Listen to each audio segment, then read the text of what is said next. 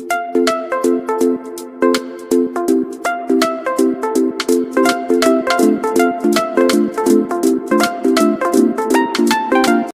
ये रहा, अ boat cover certain distance between two spots on a river taking t1 time going down stream, मतलब stream जिस तरफ बह रही है उसी तरफ जाने को बोलते हैं down stream.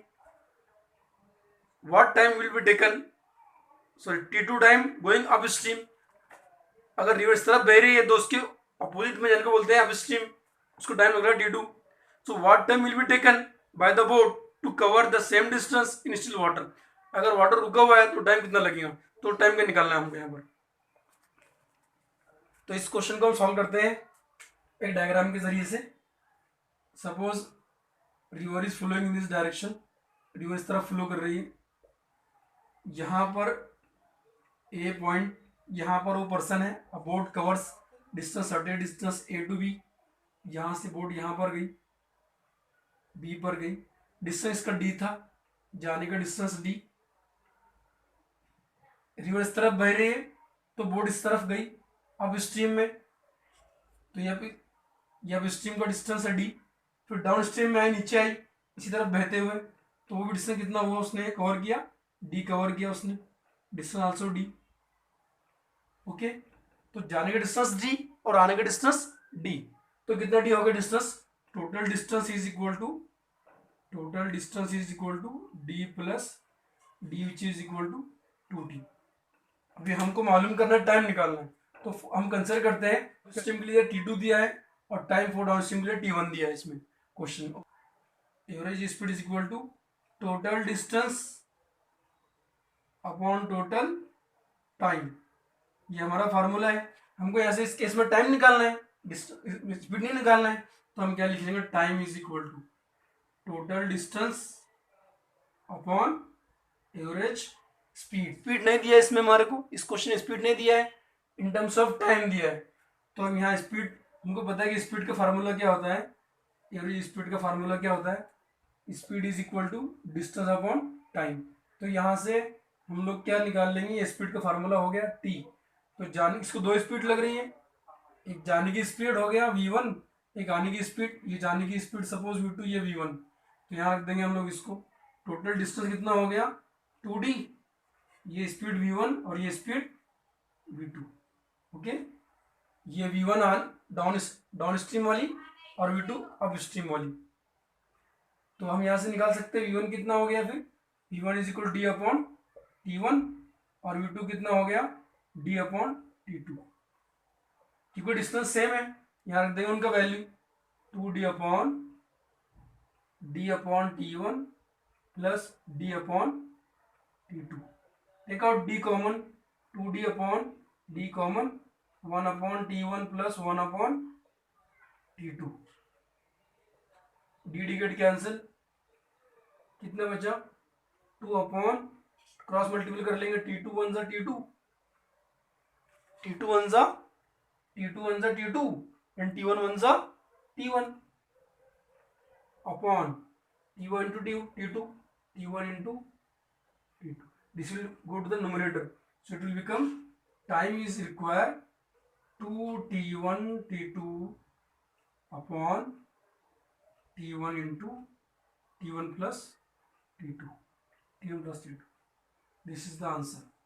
Okay, so which option is correct, C is correct option.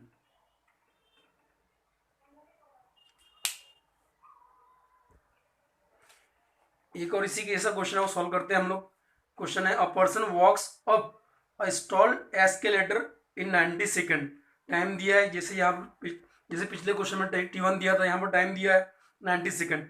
When standing on the same escalator on moving he is carried in 60 second. यहाँ पहले केस में क्या दिया है कि पर्सन वॉक कर रहा है, एस्केलेटर रुका हुआ है। सेकंड पार्ट में क्या दिया है, पर्सन रुका हुआ है और एस्केलेटर मोशन में है।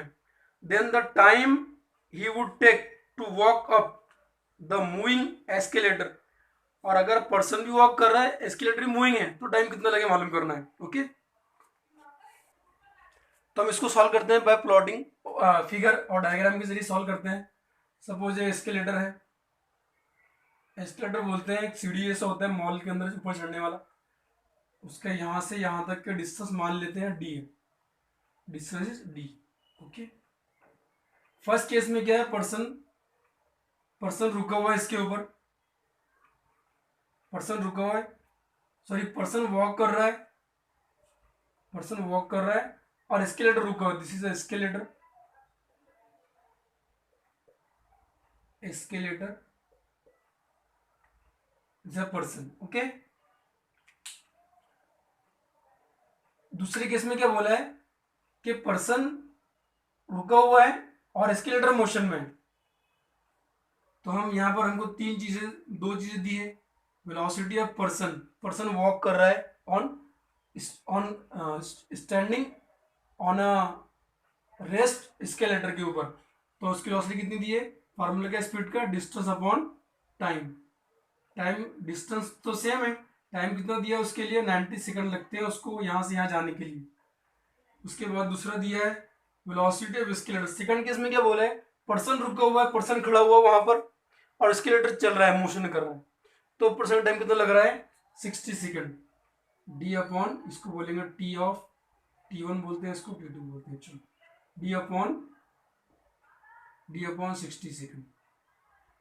हमको जो मालूम करना है वेलोसिटी, वो टाइम मालूम करना है जिसमें दोनों मोशन में, मतलब एस्केलेटर भी वो मोशन कर रहा है और पर्सन भी उसके ऊपर वॉक कर रहा है।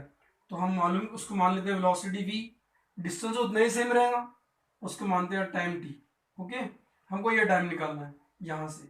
ओके, तो यहाँ पर t लिखते हैं, t is equal to D upon v1, this v is nothing but the average speed, this is the average speed, average speed, average speed is the v1 plus or v of person plus v of escalator, so d upon, here भी नया मालूम कर रखा है vp is equal to d1 d upon 60, d upon 90 vp और ये d upon 60, so take out d common, d upon d common 1 upon 90 plus 1 upon 60, D get cancel, क्या बचा 1 अपॉन, क्रॉस मल्टीपल कर देंगे, 60 1 जा 60, 90 1 जा 90 अपॉन 90 इंटू 60,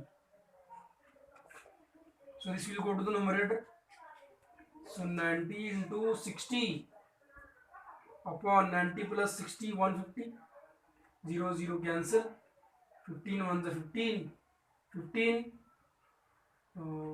6 जा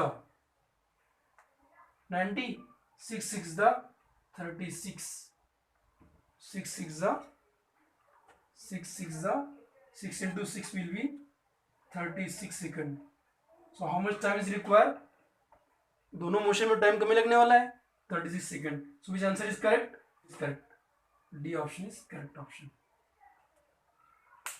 करने जा रहे हैं point number 3, topic number 3 of chapter first, straight line motion का, उसमें थर्ड पॉइंट था, point number 3 is the instantaneous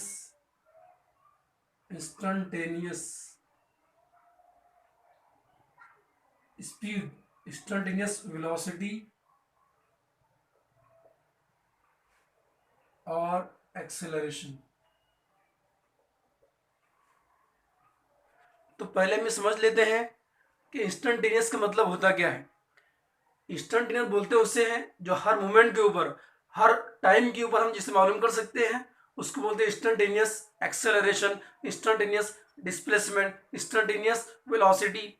so here we can find out the instantaneous acceleration also, velocity also. Okay, so how we can find and how question is given in the examinations, so I have categorized in 3 different forms, we'll see।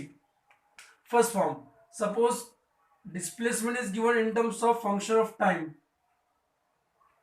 so we'll take the derivative of this displacement ds by dt, which is called velocity।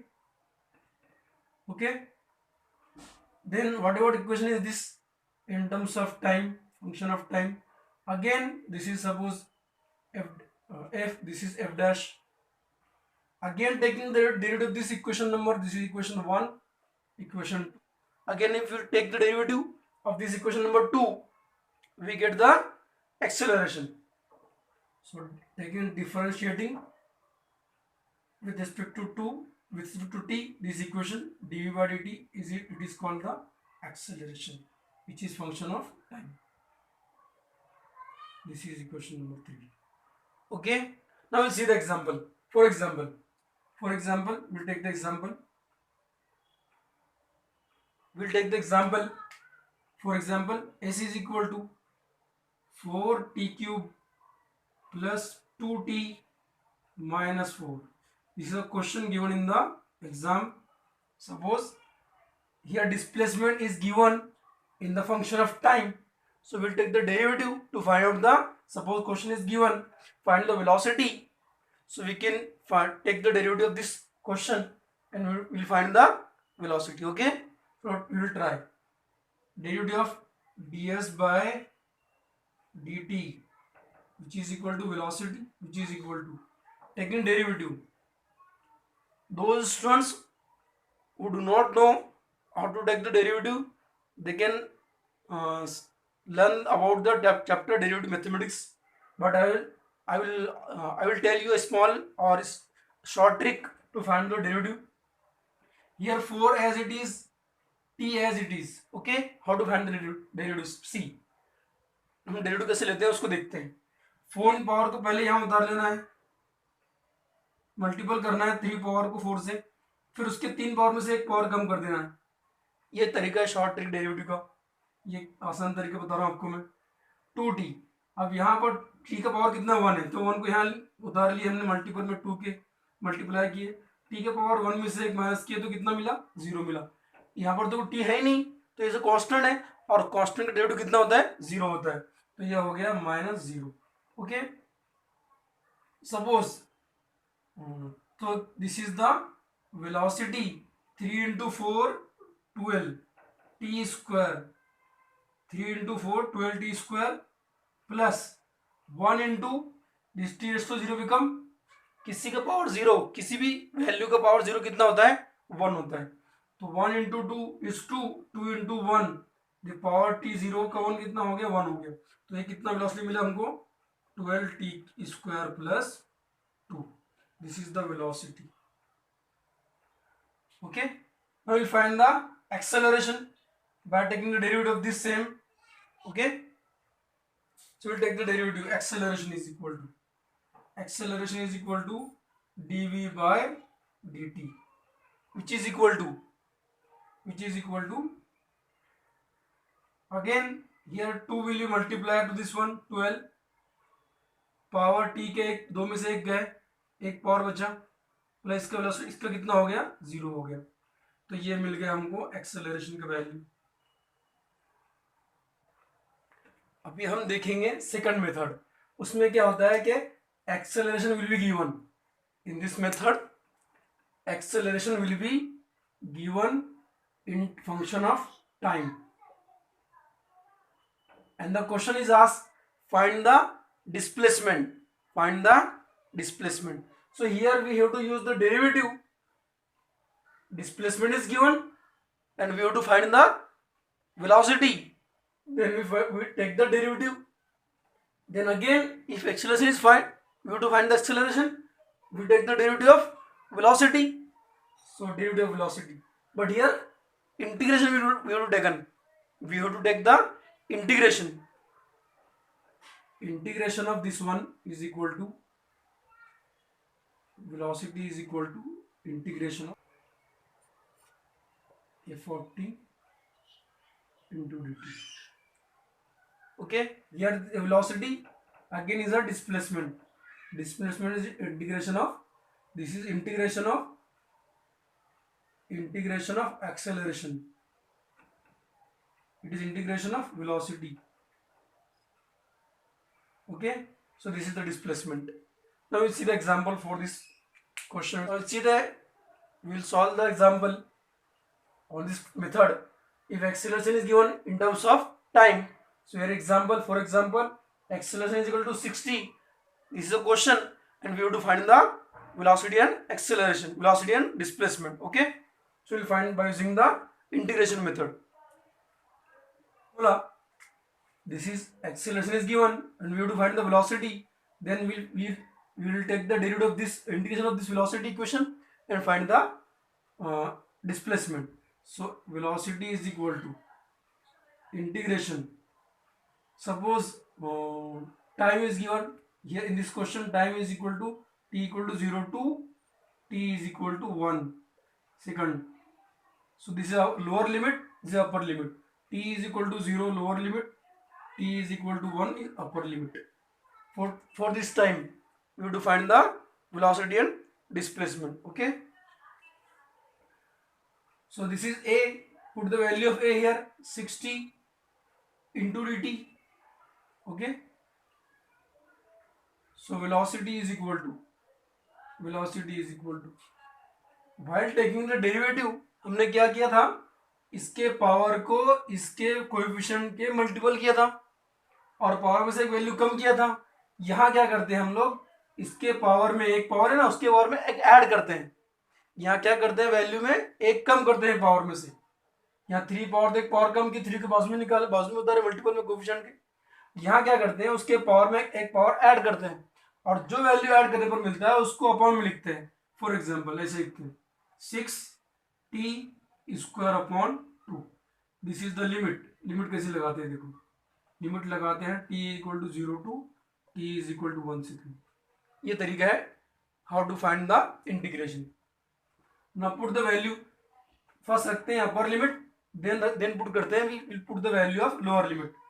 6t square, जहां जहां t वहां रखेंगे 1 का square, this will get cancel. Suppose 2 3 6. Okay, 2 1 2, 2 3 6. 3 into T का value 1 रखे, उसका square लिखे, minus lower limit रख दे 0. 3 into 0, so it will becomes 3. तो वेलोसिटी कितना मिल गया, 3 मिला. Now will find the acceleration. Okay, sorry displacement. Displacement का फार्मूला क्या है, displacement is equal to integration, velocity का लेना वैल्यू यहाँ पर.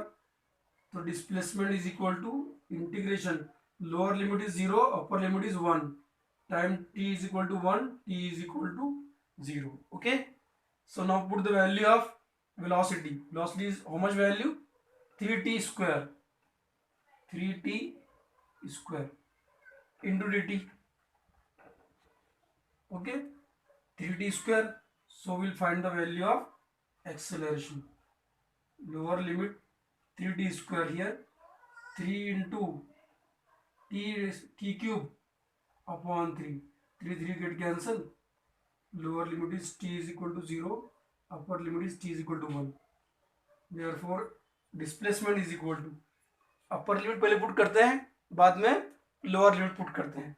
t इक्वल टू 1 वहां रखेंगे जहां इक्वेशन में t है, तो यहाँ पर कितने बचा, t क्यूब मतलब 1 का क्यूब.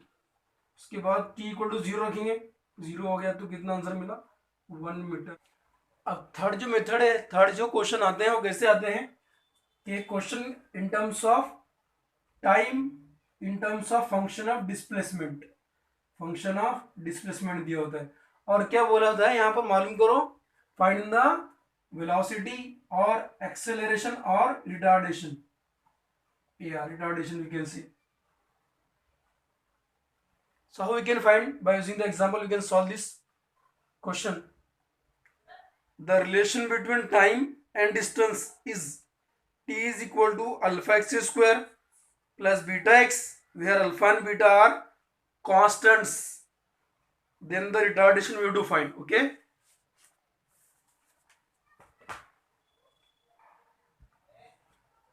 इस तरीके क्वेश्चन एक बार नीट में पूछा है, वैसे ही क्वेश्चन था, उससे मिलता जुलता क्वेश्चन था, हम उसको सॉल्व कर लेते हैं.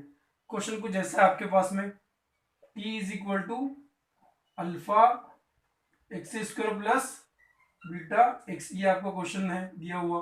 और मालूम क्या करना है इसमें, रिटार्डेशन, मतलब एक्सेलरेशन ही निकालना है एक तरीके से हमको. We have to find the acceleration ही मालूम करना है. तो इसमें कैसे मालूम करते हैं हम लोग, इसमें सेम तरीका है, we use this method because क्या दिया है यहाँ पर, टाइम दिया इन फंक्शन ऑफ डिस्प्लेसमेंट, यहाँ पर डिस्प्लेसमेंट दिया इन फंक्शन ऑफ टाइम, तो हम यूज करेंगे derivative method. So find the derivative dt upon dx, where X is the displacement, जो वेरिएबल का पावर होता है उसको इसके कोएफिशिएंट के पॉजिटिव लिखते हैं 2 अल्फा, इसके पावर में से एक कम करते हैं, एक कम किया तो कितना पावर बचा 1 पावर, प्लस यहाँ 1 पावर तो उसमें से गया 0 हुआ पावर, और किसी का पावर 0 कितना होता है 1 होता है, तो यहाँ कितना बचा only beta. So this is the D T by D x, पर कोई वैल्यू नहीं होती है, हमारे फार्मूला क्या वेलोसिटी का D X by D S by D T, मतलब डिस्प्लेसमेंट ऊपर और टाइम नीचे, तो इसको रिवर्स कर ले, तो dx बाय dt क्या होता है, डिस्प्लेसमेंट अपॉन टाइम क्या होता है, वेलोसिटी होता है, डिस्प्लेसमेंट अपॉन टाइम वेलोसिटी होता है, तो it becomes the velocity is equal dx by dt। तो इसको उल्टा लिख लेंगे, रिवर्स में लिख लेंगे अपॉन में, dx बाय dt उसको रिवर्स किया तो इसको रिवर्स करना पड़ेगा 2 अल्फा एक्स प्लस बीटा। तो इसको और लिख सकते हैं, लिखे इसको हम इस तरीके से लिख सकते हैं 2 alpha X plus beta raise to 1।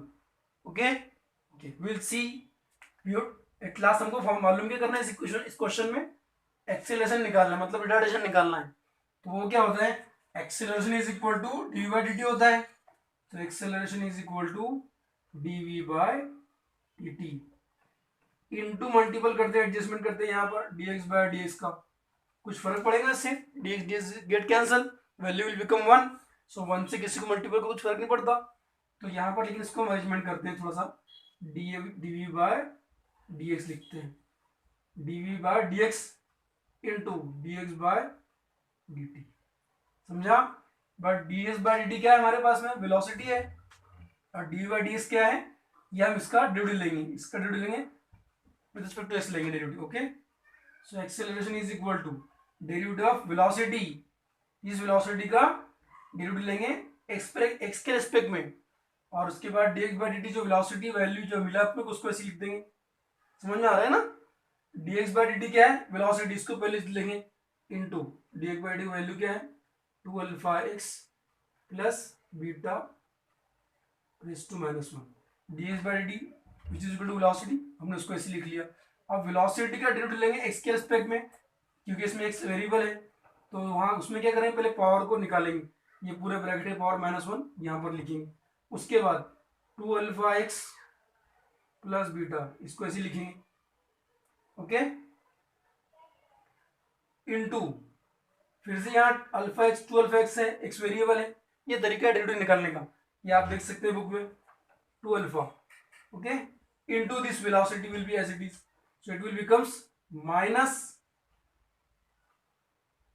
2 alpha minus 2 alpha into यहाँ पावर एक उतरा, यहाँ पावर कितना हो गया स्क्वायर हो गया, ये एक पावर माइनस एक पावर वेलोसिटी था, तो माइनस 2 पावर का क्या होगा, वेलोसिटी का 2 पावर होगा, समझ में आ रहा है ना।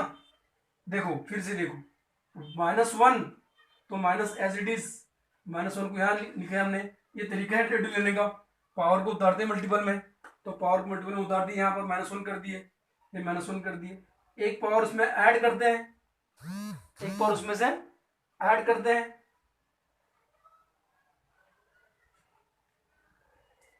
सॉरी एक पावर उसमें माइनस करते हैं, क्या करते हैं एक पावर उसमें से माइनस करते हैं, तो -1 पहले से -1 प्लस -1 कितना हो गया -2 हो गया, तो यहाँ मैंने कितना लिख दिया -2 लिख दिए। उसके बाद dx बाई dt का वैल्यू क्या था, वेलोसिटी था, वो तो वैसे ही था, वैसे ही लिख दिए। उसके बाद यहाँ पर फिर से हम इसको फिर से डेरिवेट करेंगे, क्योंकि इसमें अभी तक हमने x का डेरिवेटिव लिया, तो हमने पावर का लिया, अब x का लेंगे, तो 2 अल्फा x है, यहाँ पर ये बीटा तो कांस्टेंट टर्म्स है, 2 अल्फा x का वैल्यू कितना होगा 2 अल्फा होगा, तो यहाँ मल्टीपल कर दिया इसको 2 अल्फा, ये यहाँ पर लिख दिया 2 अल्फा माइनस 2 अल्फा -1 2 अल्फा, और ये ब्रैकेट का वैल्यू क्या है वेलोसिटी का रेज़ टू पावर 1, तो वेलोसिटी पावर 2 है, तो वेलोसिटी का पावर कितना हो गया, यहाँ 1 पावर इक्वल टू -1 ब्रैकेट, तो 2 पावर इक्वल टू कितना होगा -2 ब्रैकेट होगा, -2 ब्रैकेट होंगे ये पावर, समझ में आ रहा है। तो यहाँ पर कितना वेलोसिटी हो गया इनटू ये तो क्या है, ये तो वेलोसिटी है, तो आंसर क्या मिला अपने को, acceleration is equal to -2 alpha V Q, so which correct answer. और हम माइनस आंसर में ही लिखते हैं, माइनस क्या शो करता है, acceleration is decreasing which means retardation is there, तो ऑप्शन में माइनस नहीं है, क्योंकि हमको पूछा क्या है रिटार्डेशन मालूम करना है हमारे को, ओके।